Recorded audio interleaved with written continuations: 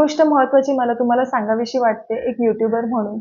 आपल्याला जेव्हा पैसे मिळत असतात ना, तेव्हा आपल्याला कधी-कधी मी सगळ्यांचंच नाही सांगत आहे, पण काहींना हाव निर्माण होते, की अरे आपल्याला एवढे पैसे मिळतात, तर आपल्याला अजून मिळाले पाहिजेत. आणि आपण एखाद्या ब्रँडशी जेव्हा कोलॅबोरेट करतो ना, तेव्हा आपण त्यांच्याकडून पैसे घेतो, तर ऑब्व्हियसली आपल्याला त्या ब्रँडबद्दल चांगलंच सांगावे लागतं. एथिकली आपण कोणाला नाही फसवायला पाहिजे, बिकॉज आपल्याला पैसे मिळतात.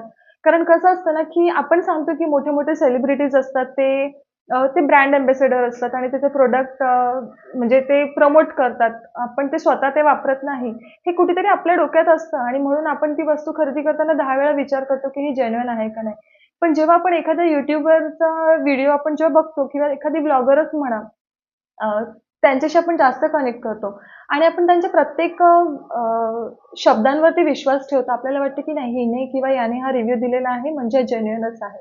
म्हणून आपण ते प्रॉडक्ट खरेदी जर समजा ते प्रॉडक्ट तुम्हाला जेन्युइन नाही वाटत, तर मला असं वाटतं, की ते तुम्ही तुमच्या व्ह्युअर्स सोबत नाही शेअर करायला पाहिजे.